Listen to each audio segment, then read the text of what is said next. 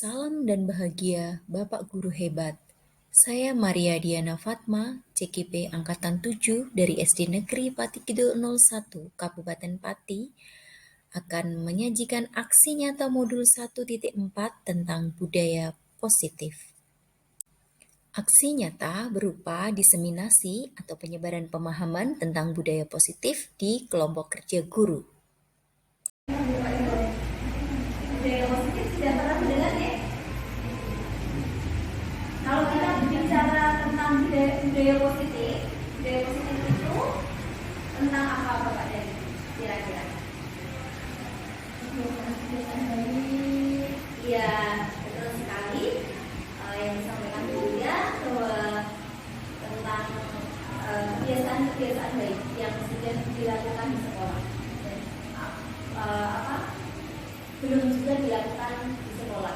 Namun alangkah baiknya budaya positif ini terus ditingkatkan, terus digaungkan supaya selalu mengakar dan budaya. Betul sekali.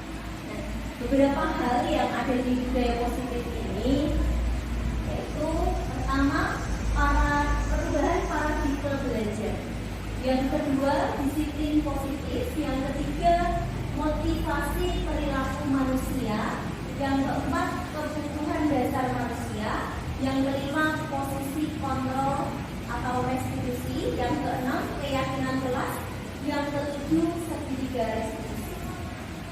Nah, yang pertama mengenai perubahan paradigma belajar.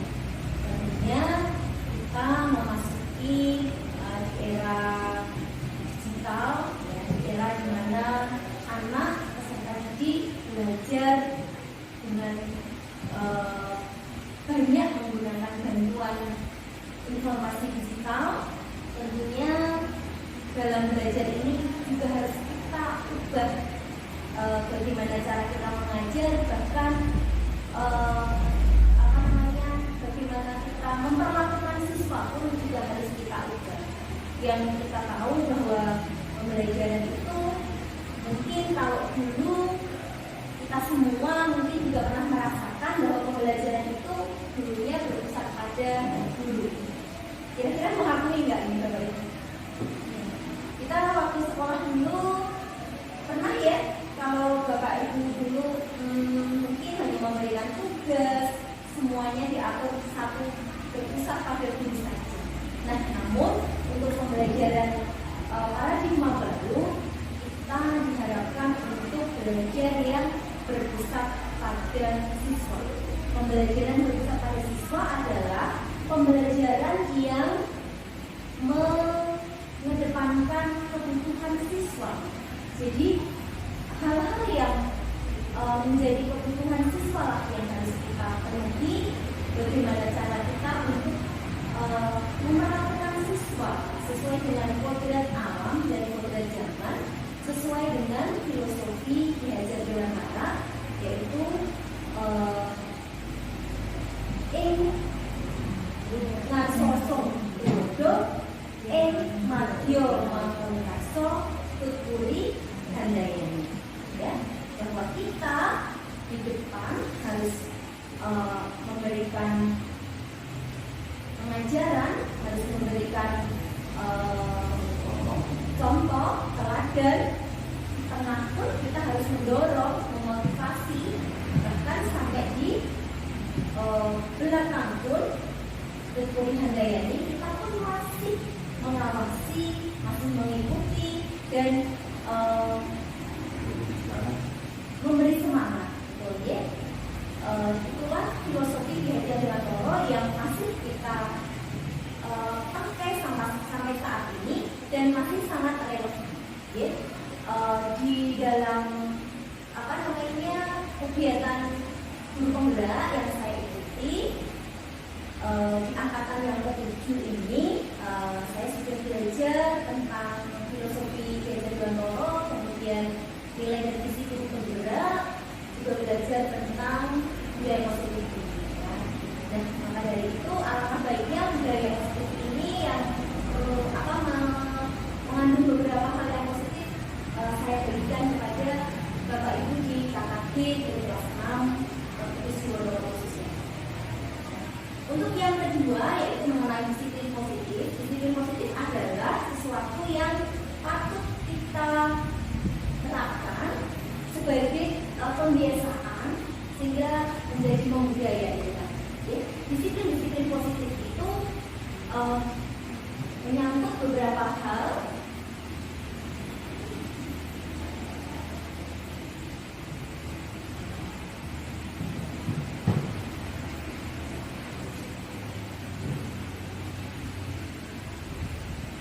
Bagaimana kita melakukan pendekatan dalam mendidik anak dan juga mengontrol diri anak.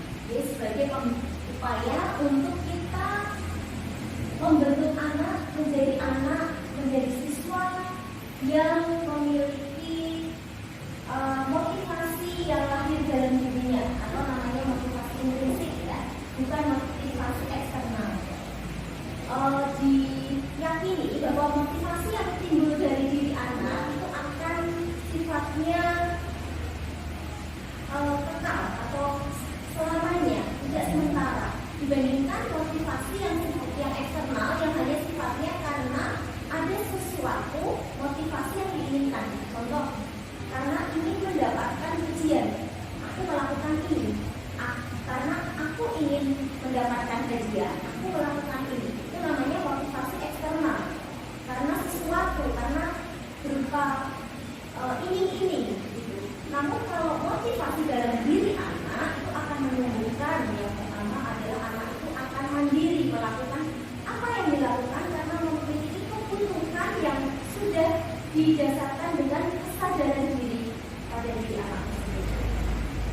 Itu yang akan kita tanamkan bersama-sama kepada anak itu, yaitu tentang disiplin positif.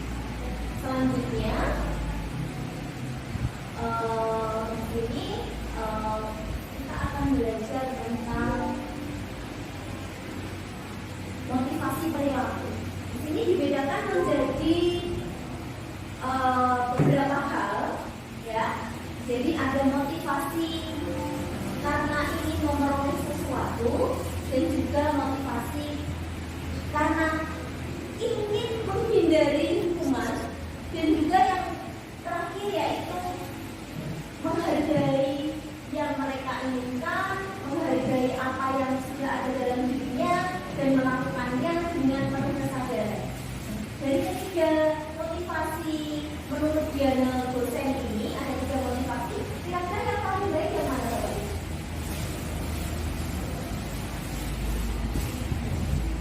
Yang ketiga ya, betul sekali, yaitu motivasi untuk menjadi orang yang mereka inginkan dan menghargai diri sendiri dengan nilai-nilai yang mereka miliki. Itu yang disebut motivasi diri yang berasal dari diri sendiri, berasal dari dalam, yang disebut motivasi diri. Kalau yang 1 dan 2 itu adalah menghindari ketidaknyamanan dan juga karena ingin mendapatkan imbalan atau mendapatkan penghargaan. Itu tidak disarankan untuk tanaman pada kemudian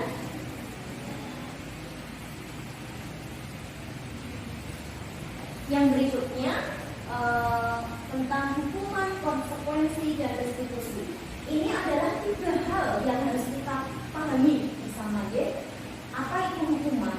Hukuman itu tentunya bersifat tiba-tiba dan satu arah, tidak terencana, berupa fisik atau psikis. Murid tersakiti, efeknya sangat-sangat tidak baik ya Bapak Ibu untuk hukuman. Kemudian apa itu konsekuensi? Jadi konsekuensi adalah sesuatu yang sudah terencana dan disepakati bersama-sama tentunya antara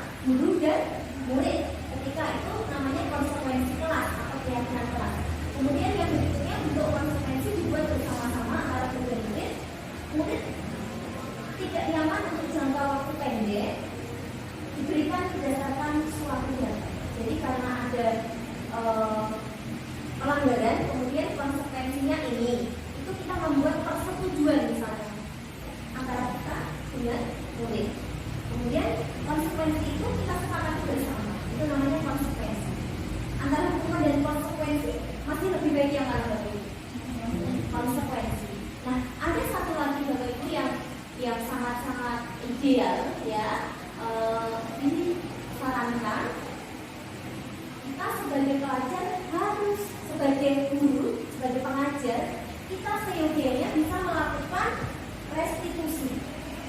Ada yang sudah pernah mendengar bahwa itu restitusi? Restitusi ini adalah suatu pilihan langkah untuk menguatkan murid dalam jangka waktu yang panjang dibandingkan tadi konsekuensi hanya memiliki jangka waktu tertentu atau pendek. Kemudian mampu memecahkan masalah, memberikan solusi terhadap permasalahan yang ada. Murid belajar bertanggung jawab untuk perilakunya dan murid menghormati dirinya dan orang lain.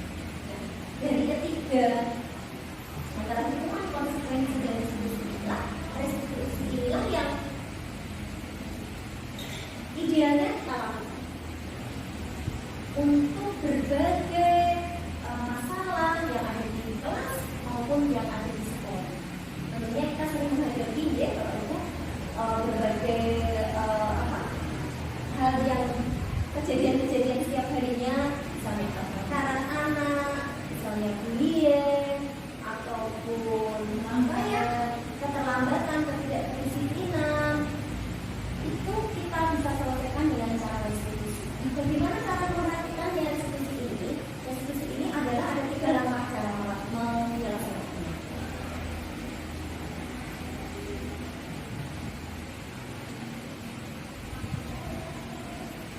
Dalam restitusi nanti akan dijelaskan di poin yang paling akhir, yaitu tentang segitiga restitusi.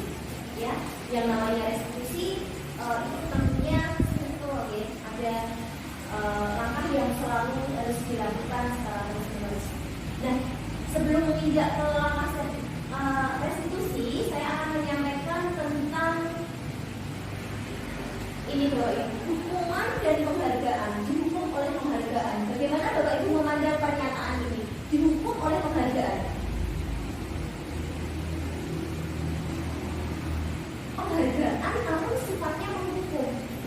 Nah, pandangan ini dikemukakan oleh Alfie Horn, mengemukakan baik penghargaan maupun hukuman adalah cara-cara mengontrol perilaku seseorang yang sifatnya menghancurkan potensi untuk pembelajaran yang sesungguhnya. Maksudnya bagaimana ini?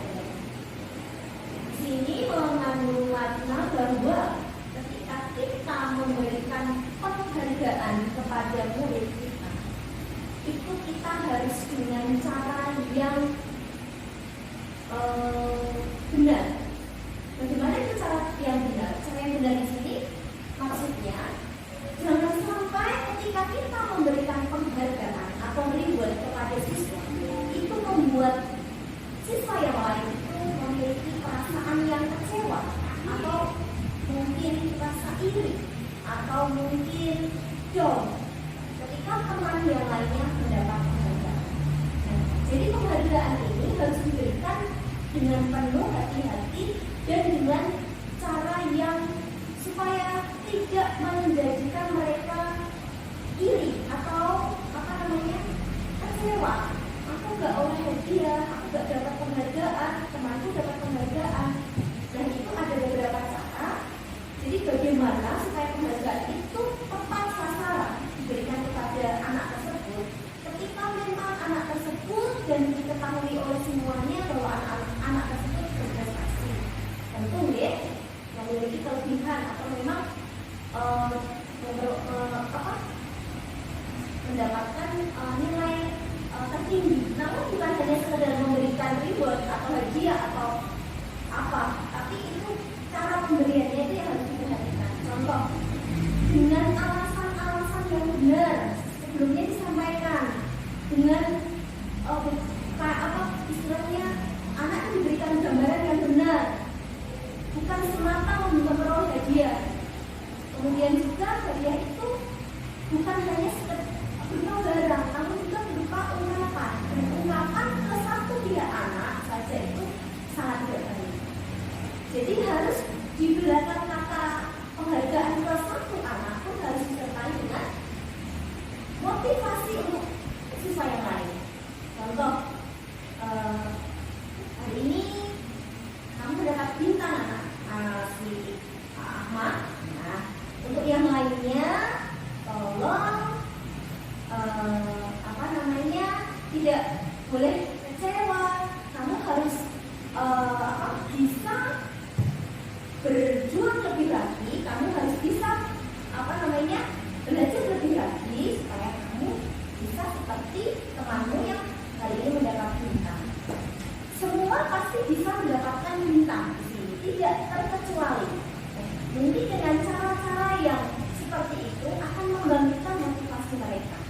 Jadi jangan sampai penghargaan menjadikan hukuman bagi yang lainnya. Selanjutnya, yang berikutnya adalah kebutuhan dasar manusia. Kebutuhan dasar manusia menurut Dr. William Glasser ada 5. Di sini yaitu yang pertama kebutuhan bertahan hidup, kedua kasih sayang dan rasa diterima, yang ketiga penguasaan, yang keempat kebutuhan kebebasan, yang kelima kesenangan. Nah, ini adalah kebutuhan manusia, kebutuhan kita semua, dan juga kebutuhan siswa. Nah, kaitannya dengan kita, bagaimana kita mengetahui 5 kebutuhan ini dan kita terapkan ke siswa kita, yaitu dengan kita mengetahui kebutuhan tiap anak itu, kita akan bisa memperlakukan mereka sesuai dengan kebutuhan yang mereka perlukan yang bersifat urgent. Jadi setiap anak pasti memiliki salah satu dari kelima ini yang menonjol. Bagaimana cara mengetesnya? Itu ada beberapa cara. Saya punya kuesioner, nanti saya berikan ke Bapak Ibu. Ada isian 40 berupa checklist. Nanti anak mengisi melingkari ya. Melingkari nanti akan terbaca dari 5 kebutuhan ini mana kebutuhan anak itu yang menonjol. Contoh, anak yang suka rame, menjadi temannya, suka berbicara, pokoknya yang menurut kita mungkin itu sangat mengganggu, namun mereka itu sangat-sangatlah butuh perhatian. Apa yang dikeluarkan melalui ekspresi anak itu adalah bentuk dari rasa kekurangan kebutuhannya mereka. Jadi anak yang memiliki kesenangan, tentunya dia akan senang melakukan hal-hal yang menyenangkan bagi dia. Dan itu adalah kebutuhan mereka sebenarnya. Jadi bagaimana kita harus tahu kebutuhan setiap murid itu, sehingga kita tahu bagaimana kita mengatasi mereka satu persatu, ya, secara istilahnya individual. Tidak kita samaratakan semuanya membutuhkan rasa kasih sayang, bukan. Semua diperhatikan dengan baik, bukan. Mereka ada yang kekuasaan, intinya mereka ingin ingin sekali itu kalau ingin diterima gitu loh, rasa diterima, ingin juga tahu, oh ini loh namanya ini, anak ini sangat dibutuhkan di kelas ini. Jika dia nggak ada, nanti kelasnya jadi mungkin aksi dan lain sebagainya. Butuh pengakuan, penguasaan, dan setiap anak itu bentuknya tidak sama. Dan ini kembali ke yang dari awal tadi, diferensiasi pembelajaran juga merupakan paradigma pembelajaran saat ini. Harus selain berpihak pada murid juga harus pembelajaran yang terdiferensiasi, artinya pembelajaran yang melihat kebutuhan anak. Kemudian selanjutnya di sini mengenai posisi kontrol restitusi. Yang ini adalah kita sebagai guru tentunya kita tentu ada di salah satu bagian posisi kontrol ini. Nah, menurut William Glasser, dari tipe 5 ya, tipe penghukum, tipe pembuat merasa bersalah, tipe teman, tipe pemantau, dan tipe manajer. Kira-kira pasti Bapak Ibu juga tidak tahu ciri masing-masing. Tipe penghukum itu cirinya melontarkan kata-kata maaf ya, kasar, menghukum, kemudian menyakiti, membuat anak takut. Kemudian di sini tidak ada yang baik. Kemudian membuat merasa bersalah. Membuat merasa bersalah itu anak tuh kalau kita gini, oh cuma roti, kasihan guru, nanti guru tegur sama kepala sekolah. Akhirnya membuat anak merasa bersalah.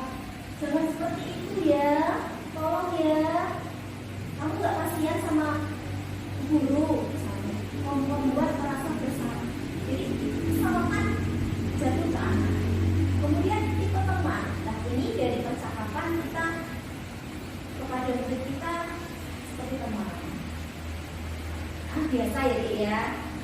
nanti juga akan ini kok, nanti kan bisa sendiri kok, atau yuk.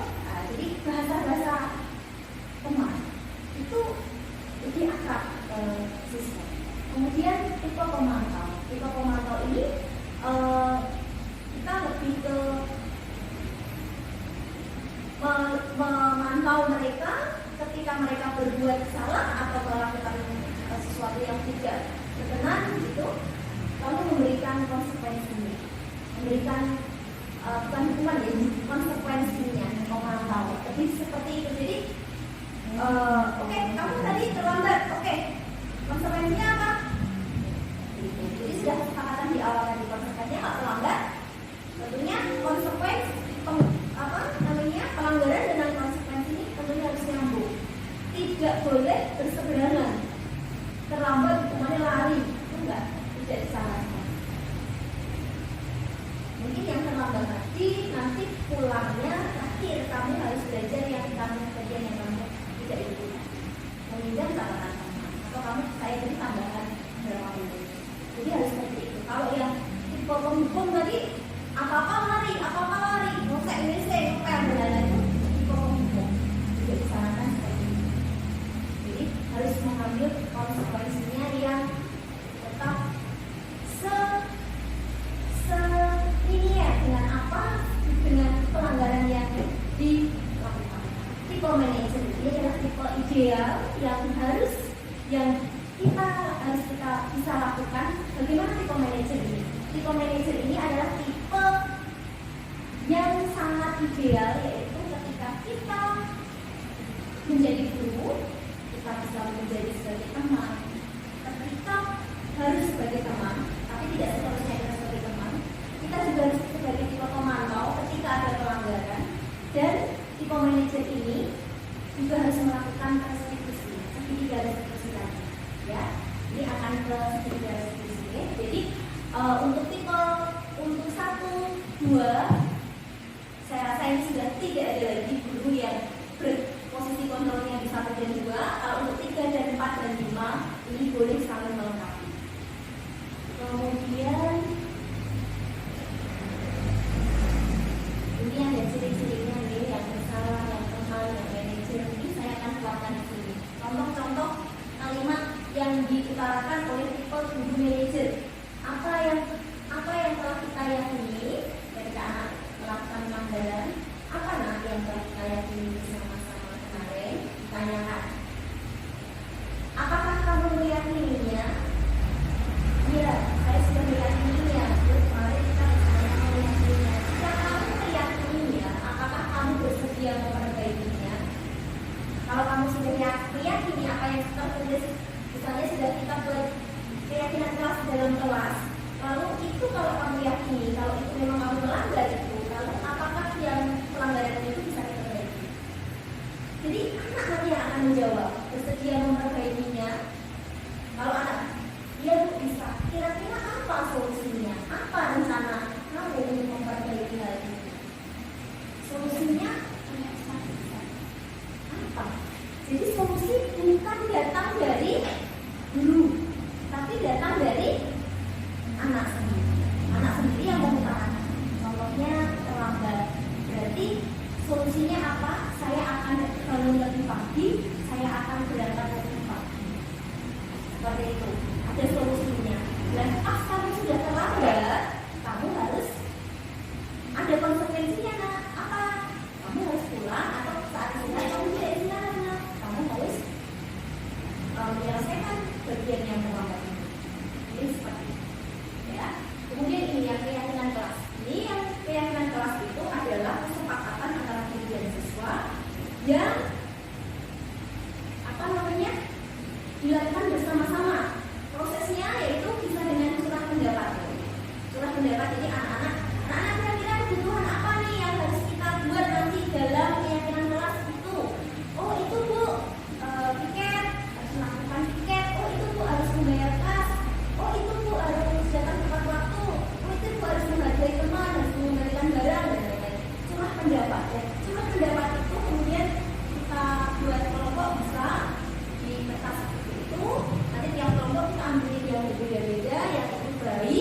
dengan kalimat positif Bapak Ibu ya, keyakinan kelas itu. Kalimat positif contohnya, buanglah sampah pada tempatnya. Jangan membuang sampah sembarangan. Kalau jangan, tidak boleh, dan itu kalimat yang bersifat negatif. Kalau ini memilih kalimat yang positif supaya menjadi sebuah keyakinan universal.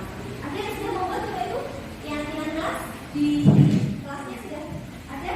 Mungkin kalau dulu peraturan kelas, kalau sekarang peraturan kelas. kalau peraturan kelas mungkin satu pihak saja. Kalau keyakinan kelas antara kita Beda istilah ya, beda istilah. ada juga yang kesepakatan kelas. Oh iya, kalau itu keyakinan kelas itu karena waktu sudah berjalan, sudah sangat siang ya. Ini tadi langkah-langkah institusinya ini saja yang saya berikan ya. Terakhir ya, ini garis diskusi. Kalau ada yang melakukan pelanggaran tadi ya, bagaimana cara melakukan segitiga restitusi atau merestitusi sehingga kita menjadi posisi kontrol manajer tadi yang ideal, yaitu yang pertama menstabilkan identitas. Jadi bagaimana cara kita menstabilkan identitas? Yaitu setiap orang kita menanya, kita berdiskusi. Anak itu kita panggil dulu ke ruangan khusus, Bapak Ibu, jangan di kelas, jangan klasikal, tapi di ruangan tersendiri.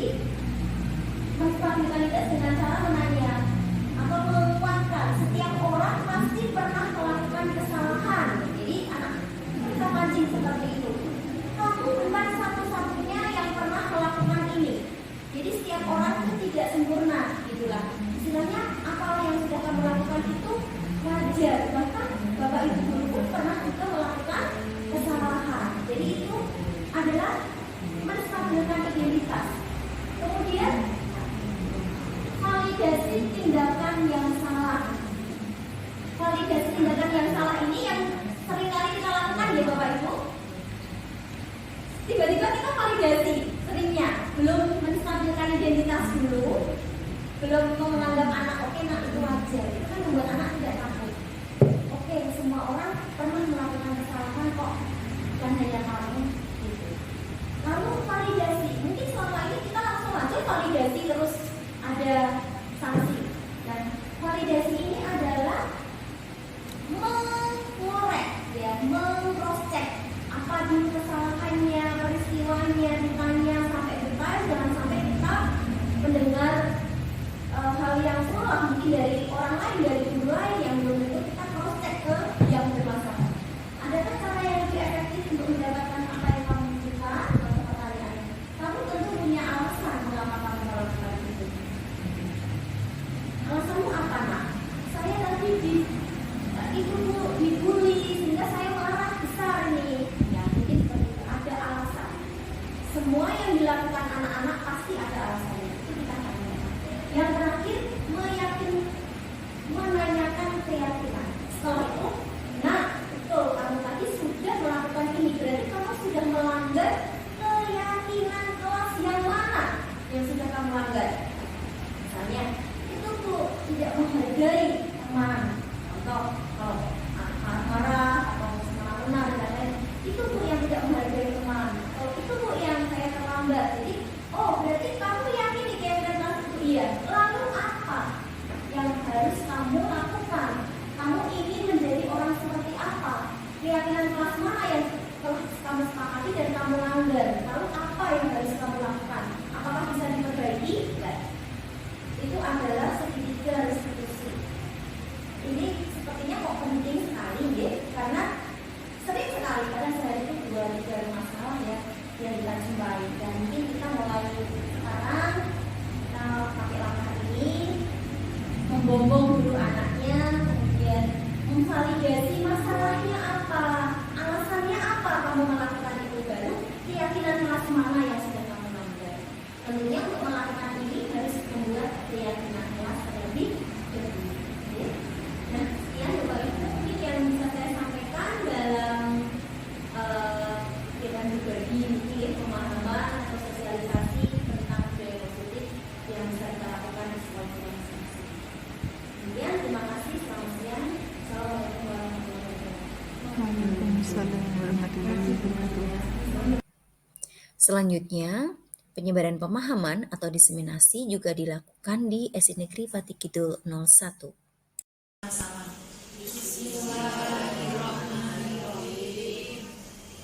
Acara selanjutnya adalah penyampaian materi oleh Bapak dan Ibu.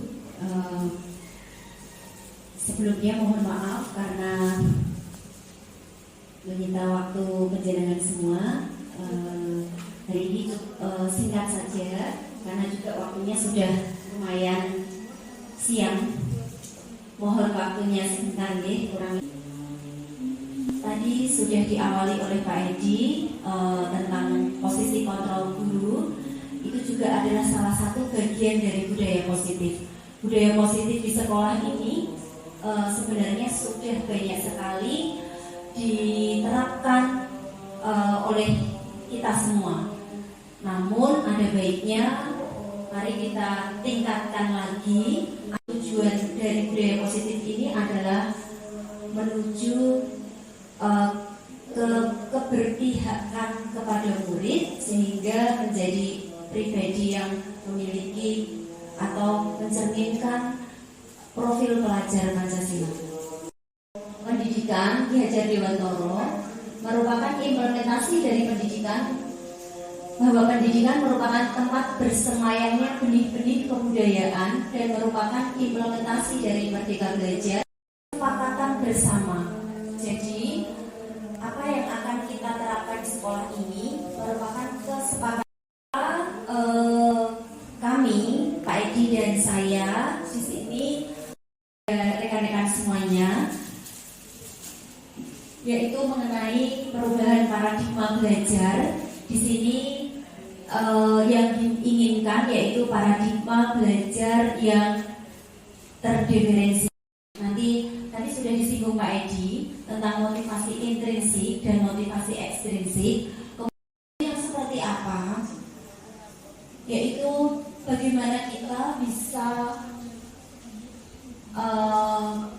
membawakan pembelajaran, praktik pembelajaran itu yang berpusat pada murid. Tadi juga sudah disampaikan murid, berpusat pada murid. Mungkin itu yang harus kita gaungkan, harus kita proses pembelajaran untuk memenuhi kebutuhan belajar setiap individu. Tadi sesuai pengertiannya berdasarkan pada serangkaian keputusan yang masuk akal. Jadi kira-kira apa yang kita ajarkan, lalu proses bagaimana murid akan memahami atau memaknai apa yang dipelajari. Itu berarti apa Bapak Ibu? Kira-kira nomor 2 itu. Bagaimana murid akan memahami dan memaknai apa yang dipelajari. Berarti kita memilih apa? Memilih cara, memilih model dan juga metode. Jadi kontennya jelas. Nomor 2, model yang kita pilih tepat sesuai dengan kontennya. Yang ketiga, kita juga harus melihat nanti penilaiannya itu apa ya, produknya apa ya, gitu ya. Produknya berupa atau membiasakan hal-hal positif, nilai-nilai positif, nilai-nilai kebajikan universal yang bersifat umum yang bisa diterapkan di sekolah sehingga membudaya dan itu menjadi budaya positif. Langsung saja ya. Yang pertama, anak berbuat sesuatu pasti ada tujuannya tadi ya. Anak melakukan pelanggaran pasti juga ada alasannya. Lalu motivasi itu sebenarnya cuma dibagi 3. Yang pertama, untuk menghindari ketidaknyamanan atau hukuman. Anak rajin, sergap dan lain-lain karena hanya untuk menghindari kenyamanan atau hukuman. Yang kedua, untuk mendapatkan imbalan atau penghargaan dari orang lain. Yang ketiga, untuk menjadi orang yang mereka inginkan dan menghargai diri sendiri dengan nilai-nilai yang mereka percaya. Itu tidak apa istilahnya Pak ini? Bukan tetap itu sifatnya, bukan seterusnya. Kedua, penghargaan tidak efektif. Penghargaan merusak hubungan. Penghargaan menurunkan kualitas. Penghargaan mematikan kreativitas. Penghargaan itu menghukum sifatnya. Ini ada penjelasannya tersendiri. Secara bersama-sama gitu. Mungkin bukan berupa benda loh ya, nggak harus loh ya, ujian, kata-kata pada anak-anak itu secara bersama-sama, secara klasikal gitu, ditambah lagi dengan alasan yang lainnya. Terus juga apresiasi pemberian itu harus juga ini dengan alasan yang kuat, tadi sudah disampaikan ya, dengan alasan yang kuat. Terus kalau jadi sampai panjang gitu, biasanya kalau ada yang satu yang mau mulai, yang lain tuh ikut-ikutan biasanya gitu. Kalau nggak ada yang mulai ya saya rasa itu nggak akan terjadi tuh yang negatif itu. Dan kemudian restitusinya bagaimana? Anak yang bendaharanya itu yang mau mengumumkan tentang keadaan kompas itu saya panggil bersama dengan yang paling ekstrim di grup yang pertama. Jadi kayak yang memulai mengeluarkan kata-kata yang tidak baik atau kata-kata yang tidak bertanggung jawab itu ya, provokatornya. Saya panggil berdua. Saya pertama tuh makanya tadi ada 3 yang sudah disampaikan Pak Egi. Pertama, menstabilkan kebutuhan kasih sayang dan rasa diterima, penguasaan, kebebasan dan kesenangan. Dan kebutuhan dasar menurut kalau belum istirahat, kalau udah kehausan, kalau dia sudah bilang ya sudah kita izinkan, mungkin itu. Yang pasti sayang dan rasa diterima. Nah, Bapak dan Ibu, ciri-cirinya bagaimana anak-anak kita, setiap anak itu memiliki satu yang menonjol. Nanti Bapak Ibu saya kasih filenya ini, nanti tolong terapkan di kelas, anak-anak misi ini, nanti bisa ketahuan sebenarnya anak itu kebutuhan dasar yang darurat apa. Jadi ada cirinya, anak itu senang banget, Bu, ternyata saya kurang kasih sayang, Bu. Jadi anak-anak itu ya seperti itu. Kok sesuai ya, Bu, dengan saya gitu. Jadi yang kedua ini coba saya bacakan. Kasih sayang dan rasa diterima itu cirinya nomor 1 sampai 10, nanti saya berikan file ya. Jadi cirinya kalau anak itu senang berteman, temannya banyak, kesalahan sedikit pun, jadi tidak mau ketahuan salahnya di depan orang lain. Kayak merasa dirinya itu Perfect. harus selalu benar, sempurna gitu. Jadi kayak kita tuh sendiri banyak memiliki koleksi, mungkin koleksi apa ya, tas, koleksi sepatu, koleksi jepit, bandul. Kalau anak-anak koleksi yang kompleks gitu ya.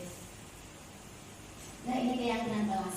Nah, bagaimana membuat kelas gitu? Kenapa? Karena keyakinan itu berarti kan kesepakatan antara guru dan murid gitu ya. Kalau peraturan kan berarti satu pihak ya, yang dikeluarkan oleh mungkin guru atau sekolah gitu. Kalau keyakinan berarti sudah melalui tahap kesepakatan.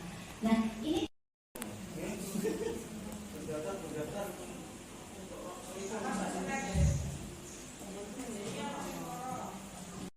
tetap bersih, saling tolong-menolong selagi bisa, mengembangkan barang-barang ke tempat yang tepat. Mari kita semua melakukan yang terbaik. Sampaikan pada guru jika ada masalah. Oh iya, keyakinan kelas ini sebaiknya menggunakan kalimat yang positif. Jadi menghindari kalimat yang negatif. Misalnya contohnya, jangan membuang sampah sembarangan. Itu kita hindari kata jangan seperti itu.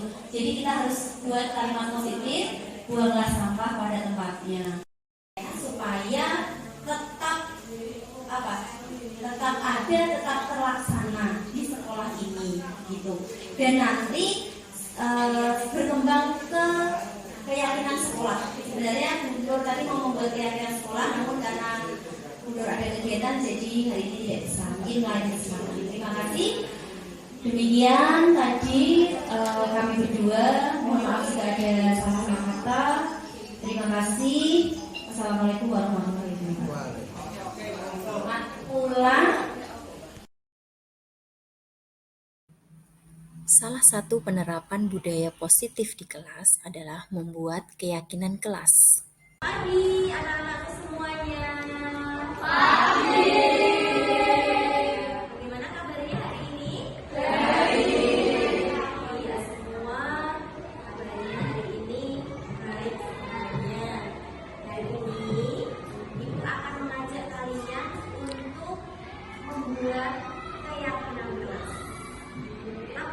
keyakinan kelas? Ada yang tahu? Keyakinan kelas itu apa? Ya apa Alia? Boleh tadi mau menjawab keyakinan kelas? Keyakinan kelas itu keyakinan misalnya seperti aturan kamu sudah. Oh iya, pintar ya. Alia tadi sudah menjelaskan bahwa keyakinan kelas itu sebagai gantinya peraturan Bu. Itu katanya Alia seperti itu. Betul nggak kira-kira? Iya. Namun kalian harus tahu kalau peraturan itu sifatnya sepihak. Betul apa tidak? Sepihak. Mungkin hanya dibuat oleh guru saja, mungkin juga hanya dibuat oleh sekolah saja, dan kalian semua sebagai pelaksana atau yang melaksanakan gitu. Namun keyakinan kelas ini merupakan suatu kesepakatan antara Bu Maria sebagai guru kelas dan juga siswa-siswi semuanya, sehingga apa yang sudah menjadi keyakinan akan bisa kita lakukan tanpa ada paksaan. Dan keyakinan kelas itu nanti akan berguna untuk mendisiplinkan kita semua. Tentunya akan bermanfaat baik ya, bermanfaat baik. Misalnya, contohnya, kalian juga pernah melakukan pelanggaran, ya apa tidak? Pasti yang sudah merasa pernah melakukan pelanggaran. Nah, sudah ini ya, ingat ya. Nah, ketika pernah melakukan pelanggaran, tentunya harus bertanggung jawab dengan apa yang telah diperbuat sekali. Nah, sehingga supaya apa yang sudah dilakukan pelanggaran ataupun sesuatu yang tidak benar yang dilakukan baik di kelas maupun di luar kelas nantinya akan memperoleh apa? Konsekuensi, akan memperoleh konsekuensi dengan apa yang telah kita sepakati bersama. Ingat, bukan hukuman, namun konsekuensi. Kalau hukuman itu sifatnya apa, nak? Kalau hukuman itu menghukum kadang-kala tidak sesuai dengan apa yang diperbuat. Namun kalau konsekuensi artinya kita sudah pernah melakukan kesepakatan bersama. Contohnya, kalian nanti bisa ungkapkan hal-hal apa saja yang penting yang harus ada, yang kita perlukan di kelas ini sebagai konsekuensi tersebut, yang nantinya itu akan kita jadikan sebagai keyakinan kelas. Paham tidak? Nah, sekarang kalau Bu Maria memberi tugas kalian secara berkelompok untuk melakukan diskusi, melakukan curah pendapat, untuk menemukan hal-hal apa saja yang harus menjadi kesepakatan kelas kita, kelas 6A. Setuju nggak? Setuju. Kira-kira sudah tahu hal-hal yang kita butuhkan di kelas kita? Sudah. Kira-kira apa saja? Boleh dong memberikan contoh atau saya punya usul Bu, seperti ini kelas kita. Silahkan mengungkapkan pendapat baru nanti kita diskusi. Silahkan, ada yang beberapa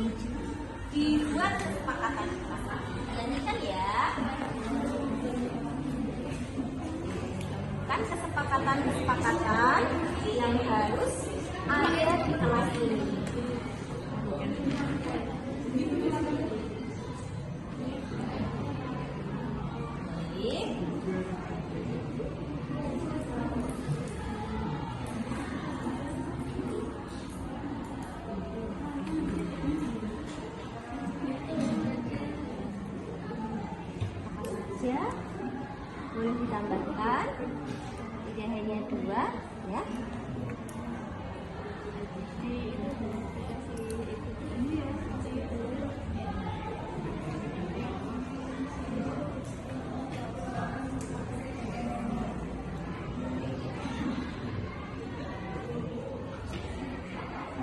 Baiklah. Stop dulu. Sudah selesai diskusinya? Baik, sekarang apa yang sudah kalian tulis, sudah kalian sepakati dalam kelompok kalian masing-masing, silakan tulis beberapa hal tentang keyakinan kelas berupa kalimat positif, ya. Contohnya, buanglah sampah pada tempatnya, gitu ya. Kemudian lakukan piket kelas dengan rutin, misalnya seperti itu. Tulis dalam kalimat positif. Maria akan bagikan beberapa kertas yang nanti bisa kalian menyalinnya di kertas ini, dan selanjutnya nanti kalian tempelkan di papan yang sudah ibu siapkan untuk 6 kelompok. Paham?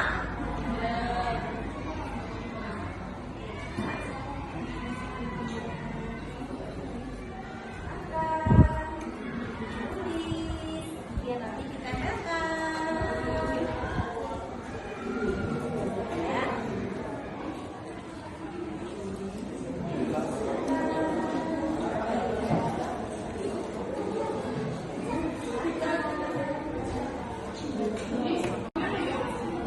Sudah selesai menulisnya, anak-anak? Sudah. Sekarang, apa yang sudah kalian tulis, silakan kalian tempelkan di papan ini. Silakan tiap kelompok bisa bersama-sama menempelkan dulu. Bisa dimulai dari kelompok 6. Silakan.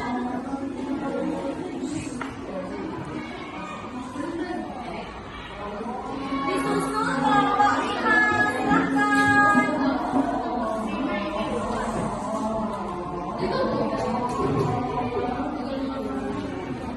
Susul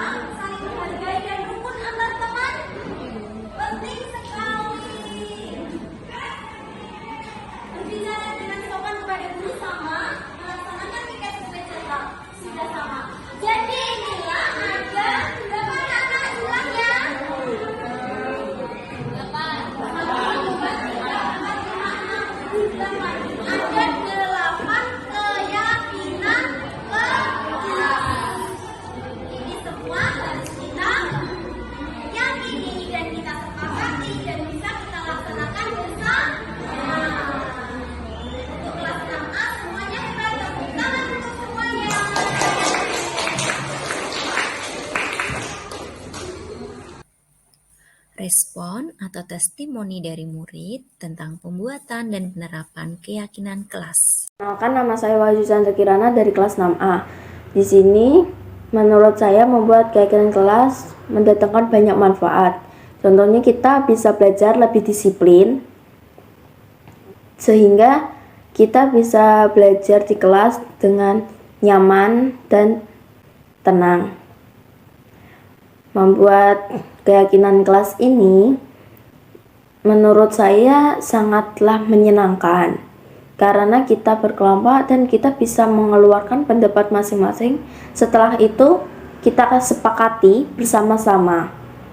Jadi dengan adanya keyakinan kelas ini, saya harap kita bisa jalankannya dengan rasa senang hati agar kelas bisa menjadi lebih nyaman dan kita bisa menjadi lebih disiplin. Halo, nama saya Maura Aziz. Saya dari kelas 6A akan membuat video tentang perasaan saya dalam pembuatan keyakinan kelas bersama teman-teman dan Ibu Maria sebagai guru wali kelas kami. Pada dasarnya, kelas kami sudah lumayan baik, tapi dengan adanya keyakinan kelas ini, saya dan teman-teman bisa lebih disiplin dan bertanggung jawab. Terdapat banyak dampak positif dari keyakinan kelas ini. Saat pembuatan keyakinan kelas sedang berlangsung, saya merasa sangat senang. Dan kegiatan berdiskusi kelompok menurut saya itu sangat seru. Yang paling membuat saya semangat adalah suatu saat nanti kelas kami akan bertambah baik dan menjadi yang terbaik. Saat dipimpin oleh Bu Maria untuk memilih keyakinan kelas, disitulah saya merasa ingin bersungguh-sungguh melakukannya. Hingga saya yakin apabila saya dan teman-teman melaksanakan dengan sungguh-sungguh dan ikhlas, maka saat menjalankan keyakinan pasti akan terasa ringan. Saya harap keyakinan ini terus berlangsung sampai kapanpun.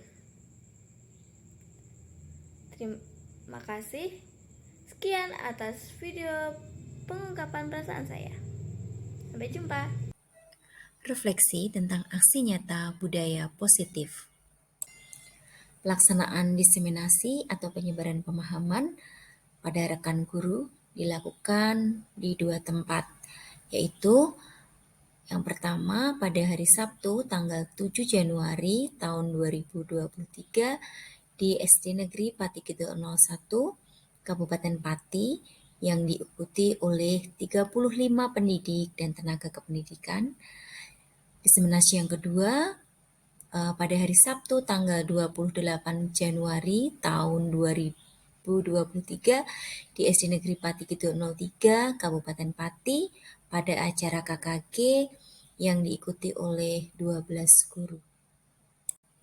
Pembuatan keyakinan kelas dilakukan dengan murid kelas 6A pada tanggal 27 Januari tahun 2023. Murid-murid merasa sangat antusias dalam membuat keyakinan kelas, serta mereka mengetahui betapa pentingnya manfaat keyakinan kelas. Antara lain, dapat menumbuhkan rasa tanggung jawab, dapat lebih berhati-hati dalam bertindak maupun bersikap, serta lebih menghargai teman. Perasaan saya setelah melakukan aksi nyata ini, saya menjadi lebih semangat untuk melakukan perubahan ke arah yang lebih baik, serta dapat menerapkan konsep-konsep inti dalam budaya positif di SD Negeri Pati Kidul 01. Yang terakhir, rencana perbaikan untuk tindak lanjut ke depannya.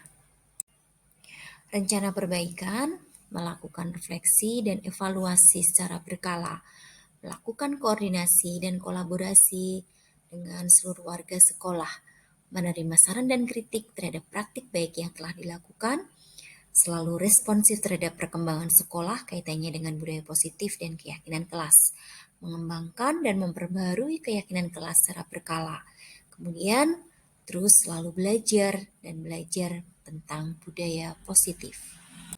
Terima kasih, semoga bermanfaat. Salam dan bahagia.